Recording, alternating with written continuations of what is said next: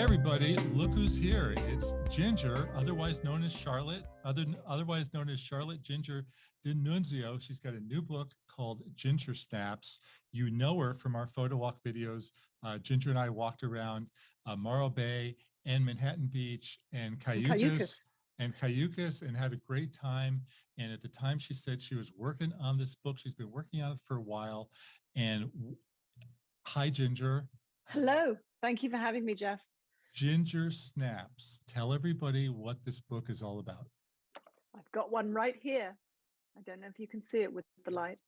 I can see it. This book is a labor of love. It is a collection of photographs of redheads all over England, all ages, all walks of life. So it shows you how many personalities you can find underneath a beautiful red crown of red hair. It's just really sort of a self-indulgent for me. I love red hair. I love personalities. I love getting to know people, and I love taking portraits. So I just wanted to explore and celebrate all the different kinds of red hair, specifically in England. Okay, so why redheads? Why England? And I know you're going to say that you were persecuted as a kid for being a redhead, which I don't understand. But let's start there and then weave into your inspiration. So one of my earliest memories is standing on the corner of Chiswick High Street, which is in West London. And we call them barrow boys. They sell vegetables at market stalls on certain streets in London. This barrow boy said, "Oi, did your mum leave you out in the rain?" And I sort of was like age 6 or something. And I said, no, she didn't. And he said, "Well, your hair's gone all rusty." And I remember laughing and thinking it was funny, but also thinking, why does he say that to me? Why is he talking to me like that? Like, I loved my hair. I felt proud of being part of the redhead family, and it was all exciting to me. And as I became more aware of other people around me beyond my little family, I realized that people were always saying something about my hair, like that made me feel other or different, or sometimes it was downright derogatory and sometimes it was funny and I could go along with the joke, Anyway, as time went on, you go through the teenage years and the 20s, and I realized that people are just downright bloody rude about redheads, specifically in England. It's more than just, playground taunting. As you become older, they just start thinking it's open season, that if you're coming home late one night in the underground, the tube, they'll just yell at you across the carriage, and it's embarrassing. And you just think, oh, just leave me alone. And then I read this newspaper article that said that we were going extinct. And it was in the Times in London. And I said, okay, I must photograph every redhead I can get my hands on. So I started an email thread, which got forwarded and forwarded and forwarded until I had, I haven't counted, but something like 300 redheads. And had these awesome conversations, talking about their experiences, talking about mine, and really just trying to lift us all up to say, you bozos out there who make jokes about us and point fingers at us and throw eggs at us, you haven't got a clue. We're amazing. Did they really throw eggs at you? Some of the things that happened to me may have been slightly because I was maybe a little bit antagonistic. And also I went to a boarding school, and everything is a little bit skewed in terms of normal. When you're in the boarding school environment, it's kind of extreme. So. Okay, well, I think you told the BBC that they spit at you as well. Oh, yeah.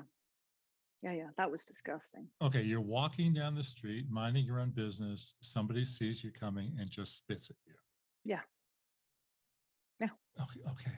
And it's usually accompanied with a ginger or some kind of shouting, the variation of the word, or usually ginge. Sorry, I changed my name to Ginger as I moved stateside because I like the way it sounds better, and I think it's a prettier name, and I needed to have some kind of handle on how I was being named. I couldn't lose it altogether because there are so many people who just call me Ginge. But if someone calls me Ginge now, as opposed to Ginger, then I immediately look at them and I'm like, you don't know me well enough to call me that. Okay, but you're born as Charlotte, Born and as Charlotte. have you, I only know you as Ginger, and I was shocked when your book came out, and it doesn't say Ginger on it; it says Charlotte. Now, have people been calling you Charlotte in the early years? I love the name Charlotte. I really do. And I kind of toyed with the idea of becoming Charlotte. Like I'm nearly 50. I thought maybe when I grow up, I'll be Charlotte. But the truth is that Ginger is just as much a part of me as Charlotte is. There are a number of people from certain walks of my life who still call me Charlotte. Even my family only occasionally call me Charlotte. They actually call me something completely different. I have so many nicknames, Oh it's no, ridiculous. oh, there's another one. Okay, so what does the family call you? Well, they call me La, Lar, L-A. L.A. Where does that come from? When I was little, I couldn't say Charlotte, so I said Char La La La La. So I was La La, and that became La. At what point in your life did you become Ginger? When I was 16, and I would walk down. I went to boarding school, and I would walk down the corridors of this beautiful old school. If you think of something a bit like Harry Potter, and all the boys, it was a strange thing at this time in the late 80s. Girls were sent to boarding school for the top two grades, but the boys were there from age 13 to 18. So there were only 80 girls and 600 boys. Very strange. So I would walk down the corridor, and I was actually one of three female redheads, but I don't think they yelled at the other two. Maybe because the other two were kind of quiet and sweet and nice. And they would yell, Ginger, Ginge, and everyone would, there would be a moving of chairs as everyone put their head on the floor to let me walk through them, because they wanted to be as far away as possible from the red hair so they didn't catch the ginger hair disease. But of course, to me, I was like, thank you very much. I'm the Queen of Sheba. I will walk amongst you. You may kneel before me. But it was supposed to be an insult, but it wasn't. I thought it was funny. All right. Well, I'm older than you, and I didn't know that redheads were being persecuted. This is all news to me. I never heard about it until I met you. So here, you moved to the United States, what, 20 years ago, 15 years ago? The second time I moved here, I was 26. I moved to Montana, and I found out that red hair is actually quite desirable. As a female redhead in Montana, I felt quite special, and I quite liked that. Okay, so it was a whole different situation here, Whole different right? situation. I Okay. remember going out with a boy just because he asked me out, and I was so amazed that he asked me out. It didn't matter whether or not I actually was interested. I just said yes. And this was a cowboy? Actually, he was an artist, and it turned out he was incredibly boring, and I did everything I could to shake him off. Where in Montana were you? In Missoula. Missoula. Okay, you went to school in Missoula, right? I did. I ended up doing my master's in photojournalism in Missoula. Okay, and then you went to Santa Fe. And then I went to Santa Fe, How do where I they treat worked. red, red or green, red or green? How were you treated in Santa Fe? um, you know, from pretty much from the moment that I moved to this country, I never felt any kind of derision or negative feeling. I just felt, somewhat normal, a little bit. Sometimes it's a bit fetishy, it's a little bit untasteful. That's kind of weird, and you're sort of like, oh, okay, thanks.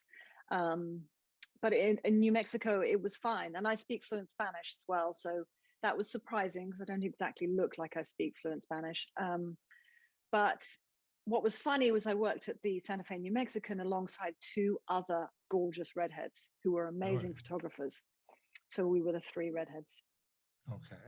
And then you went to Morro Bay in what year? Well, as a circuitous route, I moved from there to Harrisburg, Pennsylvania, where I paid my penance for all the amazing places I ever lived. Sorry, Harrisburg. But I moved in with my then boyfriend, wanted to spend some time with him before my visa expired, and ended up not quite getting married as quickly as I wanted to. So I left, went back to England for a number of years told my boyfriend, okay, if you won't marry me, it's over and don't come to England. He then followed me to England because he's as pig-headed as I am, and I love him for it. And we ended up living in England for 7 years, I think, and getting married naturally. Okay. And then we moved back to California. In what year was this? 2008. Yeah, 2008. Okay, and you went straight to Los Osos, Central California coast? No, we landed in Boston. We bought a car. We sold our house in London. We bought a car. We drove across the country with a 6-month-old baby for 6 months, and finally found this place and fell in love with it and said, this is it. So how do they treat redheads in Central California in the coast? Totally normal. It's lovely. I actually have met nobody spits at you or no, nothing like that. You had a storefront for several years. People walked in and out. They didn't scream at you or anything. No, nothing funny like that. I can't remember a single inappropriate or even standout comment for my hair color. It's And just... as people who are watching this can see, there's family photos behind you. You do family photos every day, class photos every day, and you've shot a bunch of redheads as well. But you never forgot how upset you were growing up. So take me there. So this inspiration for the book, you moved to America, everything's good, nobody's screaming at you, nobody's pulling at your hair, it's all good, but you say, I'm still really mad about what happened when I was growing up, and I want to document the beauty of redheads. It wasn't so much mad as just a little bit of confusion, like especially as a child trying to figure out why. It didn't make any sense. And the same thing is now, it still doesn't make any sense. Why is it okay for a radio DJ or a politician to say something that it is a complete ginger slur? Like, I'm not joking. Okay, who said it? Just Google Gordon Brown plus ginger. And it's considered acceptable. I think it's definitely getting better now. It's been a long time since I lived there. Okay, but you're in Central California. You open a storefront, sand prints photos. People are coming in. You're doing family photos, and you said, "I want to photograph all the redheads in England." Had you done that before you moved? Or I did it before I moved. So these pictures have been in your portfolio for several years. Yes. Okay, yes. And it just took compiling them and meeting this publisher. Exactly. It took a long time. Some things just, having babies really kind of throws you off course. So as much as I love them. talk about selling the book, because that's one of the hardest things. I can't imagine anything harder than selling a book of photography. Novels are hard, but books of photography, not easy. So how'd you do it? To the publisher, you mean? Mm-hmm. I got very lucky. I found someone who believed in me, believed in the project. The publishing company specializes in books which lift people up. So my book stands out because it's photography and none of the other books are, but all the books that this publisher produces are uplifting. They're not feel good. They are things that you can do to feel better about your life or to help others to feel better. And this book very much was born of a feeling of I wanted to make people who are not redheaded celebrate redheads or recognize that it is a certain cross to bear. And people who are redheaded, specifically teenagers who are struggling with it, to feel special and to feel part of a club, because we are. Okay. How did you find the publisher? It just took a very, very long time. What can I tell you? I mean, you wrote them and you said a blind many email. letters, lots of writing. The stars aligned. I got lucky. Ginger Snaps is available on Amazon? Yes, right? It is. Okay. Is it available in stores too, or is it just an online thing? Only on Amazon. Only and locally on the Central Coast, where I will be stocking the stores myself. Well, okay. So aren't you doing a book signing up there? Yes. Where? When? In lovely Los Osos at 11 a.m. on the 11th of December. And it's called Volumes of Pleasure Bookstore. I didn't know there was a bookstore in Los Osos. That's great. It's a wonderful place. And we ought to get you to San Luis, and they must have a bookstore there, right? Yes, they have a Barnes and Noble and a few other things that I'm going to jump into. So we'll see. Well, let's talk about great redheads. So who's some of your favorite? Lucille Ball, Rita Hayworth, who tops your list? Marilyn Monroe. She was a redhead. Yes.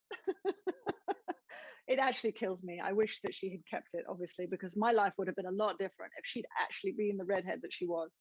But she dyed her hair blonde her whole life, clearly. Yeah.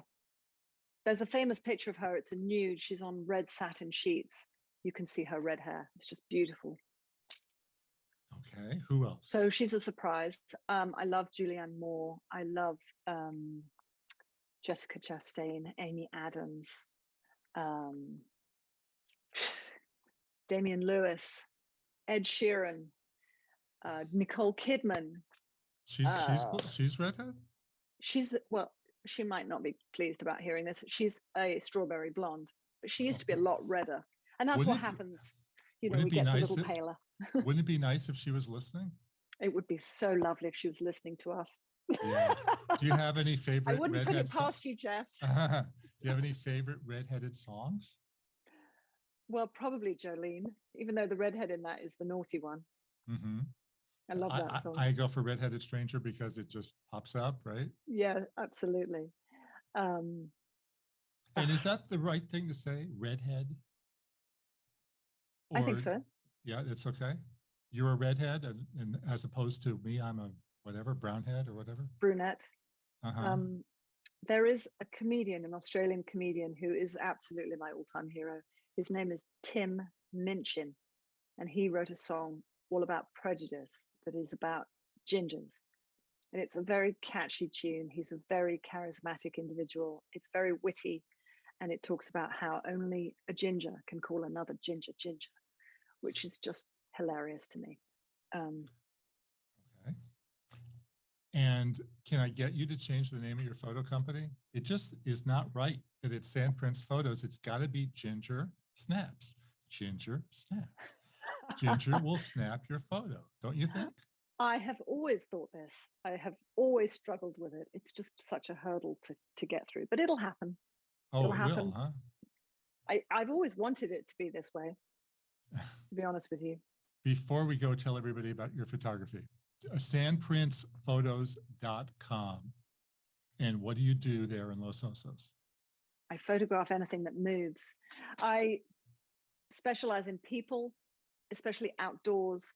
It's a spontaneous, dynamic, interactive session. It's not stiff and posed. Beautiful time of day, beautiful lighting, beautiful place, people who are genuinely themselves. I specialize in authentic portraits. This could be families, extended families, businesses, dogs. I do love to photograph dogs. And on a given week, you're doing how many sessions? Well, for 3 months straight, I got a day off yesterday because it actually rained. I have been photographing between 1 and 3 sessions a day. Really? Because I specialize, I'm the exclusive photographer for Morro Bay High School for their senior pictures. So I've been doing all of them, which is very interesting because I watch these kids grow up, and I photographed some of them since they were like 2. Okay, so as the official high school senior photographer, you are doing the pictures for the yearbook in the fall, right? Oh, yes, absolutely. The deadline is now, in fact. So what do you do in January? You know, sunsets are amazing in January, so I love to encourage people to do their family pictures in January. I think people are getting less and less twisted into knots about making Christmas pictures. I still do that a lot, obviously. But if possible, I'd try and push people to January because it's so stunning. Here where I live, it's November. No, the best sunsets, like behind me, November. But whatever. We've had some phenomenal sunsets lately, for sure. Yeah, they were really good in New Mexico, by the way. They were amazing. Yeah. Yeah. Let's see. Okay, so persecuted as a kid, documented as many portraits. You have what, like 160 portraits in the book? At least, yes. Tell people about some of them. Let's do a little audio picture? Let me think. So there's one picture of, I think he was about 13. It's a boy with red hair. He's standing inside some council flats in East London. And he's got an England St. George's flag shirt on, which is white with a red cross. Very English, very much football fan kind of thing. And he looks cool, but you can tell he's subdued. And I chatted with him about what it's like to have red hair. And he sort of kicked his feet and said, I hate it. And I said, why do you hate it? And he said, ginger pubes. And I've just felt so crushed for him. I'm like, oh, he's just starting out. He needs to feel proud of himself. He was a really handsome, intelligent kid. Just made me sad. Then there was another girl who was 14, and there's a series of 3 pictures of her. She's wearing a pink shirt with this big, beautiful, curly red hair. And she gets the giggles, and she's making all these great facial expressions. And I'm talking to her, and she's just like, she's kind of squirmy and delightful. And some of my favorites were surprises. There was one man I met in a pub one night. He was probably, I don't actually know his age, about 70. His hair was like bright white plus yellow, and he was a vibrant redhead, and he was a ship's captain, and he was just like, yeah, I'm a ginger and I love it. And he was just screaming at me, and the photograph was of him screaming at me. I like the 4 generations. You have a family of all redheads, right? I wonder which one that is. Is it the square? You put it at the top of your site. It was at the top of the site. Okay, I could be wrong. In a red phone box. Yeah. In a red phone box. Uh-huh. They were work colleagues, and they were all variety of hues of red. It was awesome. Are you going to go to England to publicize the book? Yes, I hope so, very much. Okay. And do you think that redheads are still being persecuted in England today as they were back then? I think it's much less than. This idea of being politically correct has definitely crept over the Atlantic and has reached England. But English people are still, they're hilarious because they're so polite and stiff and proper. And yet they'll say these incredibly tactless, rude, personal things without thinking a thing of it. And they think the Americans are a bit soft for being so careful. And again, in Morro Bay and Los Altos, they treat you nicely? Absolutely. I mean, do they give you looks when you're walking down the street? Nothing. I mean, I understand it in a place where there aren't that many redheads. But, even when I lived in Spain, they would yell at me in the street, but it was a sort of an adoration, like I was some kind of celebrity. Oye, pelirroja! And I would be like, hi, it was nice. It wasn't like derogatory or somehow made to make me feel bad and feel like I should do something to change my hair color. But now you see, in today, 2021, you see people walking down the street, women with yellow hair, purple hair, pink hair, right? You never saw that growing up, right? Not that I remember. I mean, we had punks in London in the 80s. We definitely had punks. But no purple hair. Well, different colors, but it definitely was a very specific niche. Yeah. So do you notice them? Do you say things to them as they're walking down the street? Well, when I'm photographing high school seniors who have very distinct look, I do comment, but I congratulate them on celebrating their individuality. I think it's fantastic. Okay. What's the best thing about being a redhead today? That I stand out. It goes with my personality. Right. We should tell everybody, by the way, that Ginger has a car, a Prius, that is just like layered with posters and Sandprints photos that you couldn't miss her as she drives down the street. I mean, it's hilarious. And you still have that car, right? I do. It's a wrap. It is definitely, you can see me, you can spot me a mile away. I have to behave myself. But it's good. It promotes the business, right? So it does. Ginger Snaps. First of all, look for it on Amazon. You have to search for it under Charlotte Rushton DiNunzio. Don't say Ginger. Well, you can say Ginger Snaps, unfortunately. If you search for it on Ginger Snaps, you'll see a million different kinds of cookies. Yeah. Okay, so you have to search for Charlotte. Now you have a website where you're promoting the book as well, sandprintsphotos.com. Yes, absolutely. Anywhere else? I'm working on building charlotterushtonDiNunzio.com. Currently, it points to my website, sandprintsphotos.com. Okay. Well, I urge everyone to get it. The pictures are amazing and lots of fun. And Ginger, thanks for doing this. Thank you so much. Also, Jeff. everybody who's listening, watch our episodes. We just went to Manhattan Beach on YouTube, youtube.com/PhotoWalksTV. You can find me on Twitter and Instagram at Jefferson Graham, and you can find Ginger on Instagram at sandprintsphotos and at Ginger Snaps book. All righty. Everyone go out and read it. Thanks, Ginger. Thank you, Jeff.